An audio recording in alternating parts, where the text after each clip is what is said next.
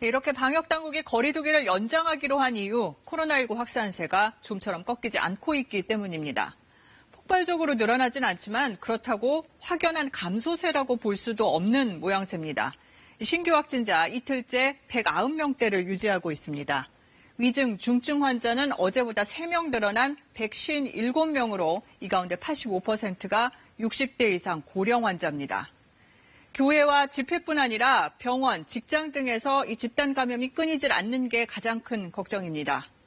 방역당국은 다른 사람을 만나는 행위 자체가 감염을 전파하는 행동이 될 수 있다면서 모임과 여행 등을 취소하거나 연기하고 또 집안에 머물러 달라고 거듭 강조했습니다. 지금 고삐를 바짝 져요. 확실한 감소세로 접어들어야만 더 큰 고통을 피할 수 있습니다.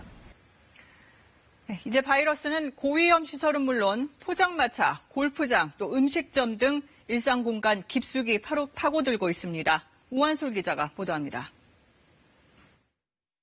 경기 성남시의 한 치킨집.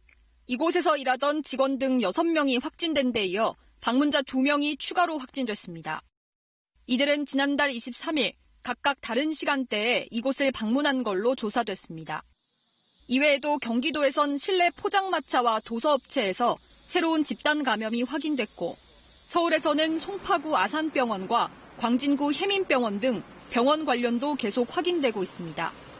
신규 확진자 수가 전반적으로 감소 추세인데도 강화된 사회적 거리두기 기간을 연장할 수밖에 없는 이유입니다. 수도권의 신규 환자 수는 여전히 20여일째 세 자릿수를 기록하고 있고 수도권 외 지역에서도 확산이 지속되고 있습니다. 실제로 수도권 외 지역에서도 불특정 다수를 대상으로 한 모임에서 집단 감염이 잇따라 확인됐습니다. 대구시 북구에서는 동충하초 사업 설명에 관련해 최소 10명이 추가로 확진됐습니다. 부산시 연제구에서는 부동산 경매 상담을 한 걸로 알려진 한 오피스텔 건물에서 8명이 추가로 확진됐습니다.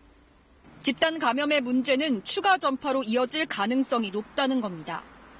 실제로 충남 청양군의 김치 공장에서는 가족과 지인 등 3명이 추가로 확진됐고 서울 동작구 카드 발급업체에서도 가족 등 2명이 추가 감염됐습니다.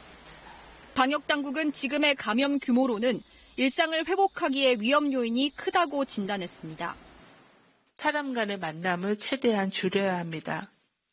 특히 고령층, 만성질환자들은 특별히 가족들의 보살핌이 또 투자 설명회나 사업 설명회 등을 통한 감염으로 고령층 환자가 많아지고 있다며 고위험군인 고령층은 이러한 모임에 참석하지 말아달라고 요청했습니다. KBS 뉴스 우한솔입니다.